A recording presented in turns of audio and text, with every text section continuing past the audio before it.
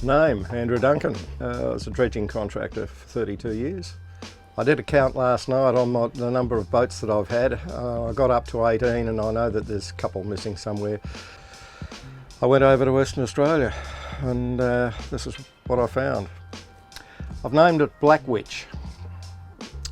It had supposedly been serviced regularly and very well.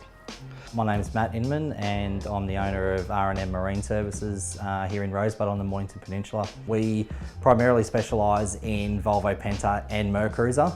When I first saw Black Witch, I was quite surprised on on the condition that it was in. It was in an average condition. And obviously we checked over the engine and found that there's quite a few dramas there. So one of the bearings in the drive had let go up top between the engine and the unis. Done quite a bit of damage in the meantime.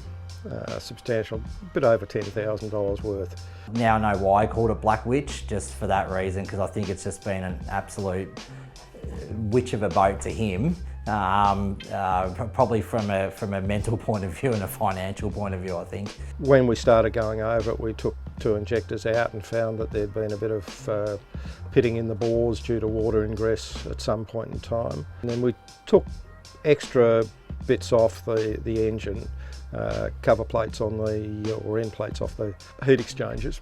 There were blockages in those that just shouldn't have been there. It should have been attended to.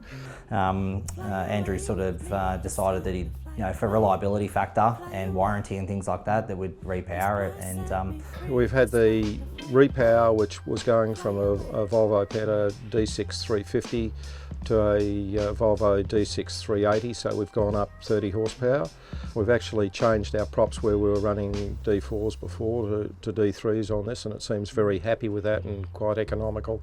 Cruises at about 20 knots comfortably, 2800 RPM. And at that we're running around about 2.5 litres per nautical mile. So that equates, I think from memory, to about 1.3 litres per kilometre, which for the size of the boat is, I think, pretty economical. It got custom painted white as well for the client, because the original one was white as well. 31 knots was the top speed that we had on the day of testing. We reconfigured the dash, so the dash was had some really old Ray Marine screens in it. We've pulled them out and put glass cockpit screens in, so twin 12-inch screens. And it's all EVC, electronic vessel control, so it's all fly-by-wire. Part of the EVC, we've obviously put, it's all touch button start, so no keys anymore, just swipe a fob, press a button and off it goes. So the performance of this, the only one we can compare it against is my friend's, and it is noticeable that there is an improvement in performance over the 350. We pretty much rewired half the boat just from the helm back to the engine, and then Andrew just added to the list from that point forward. We've put solar panels on top, I think they're 150 watt solar panels. We've put a Garmin radar on board. Under your seat there we've put a refrigerated unit into the ice box. Has now made that a nice chiller box. It does have a fridge down below, but this one is running all the time. New lights down the stern underwater. They give it a lovely blue light at night. We've tried to get the boat to a point where it's an off-the-grid sort of boat. You can go out, go down the Prom or anything like that, or Deal Island, or even head to Tassie, and still be sufficient with power and have fresh water on board and be reliable too.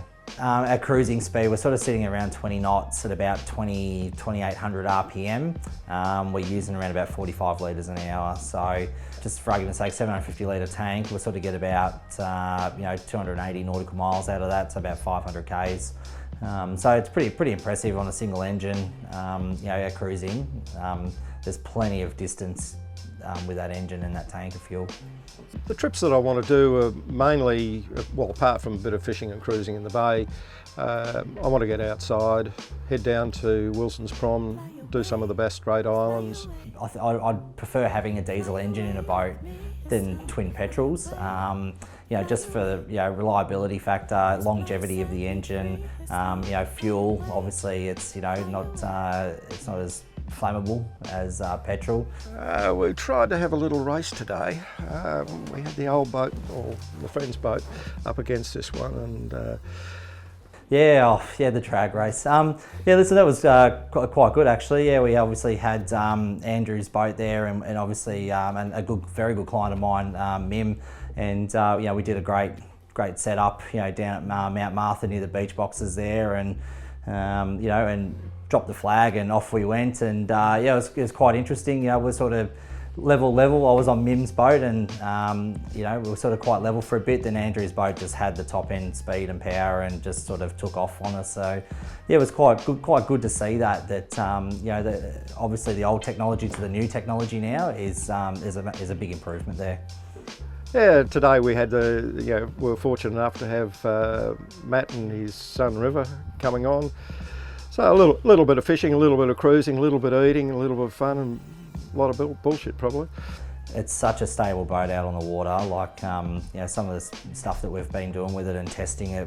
When we first put the engine in and some of the rough water we went out in, it's actually a really stable, seaworthy boat. So I have no hesitation heading that boat out to Bass Strait, in some pretty average seas and come home safe.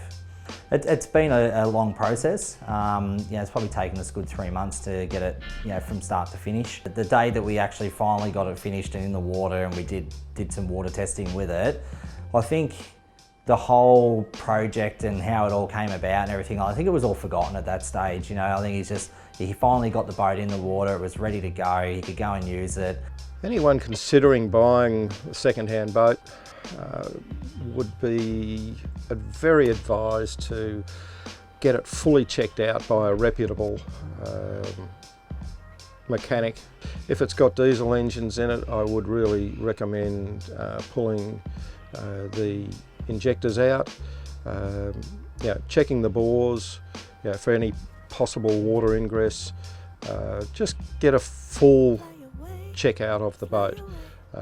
Do compression tests on the engine, see what the electrics are like, get on board, see what does and doesn't work, and then try and work out what you might have to spend on it.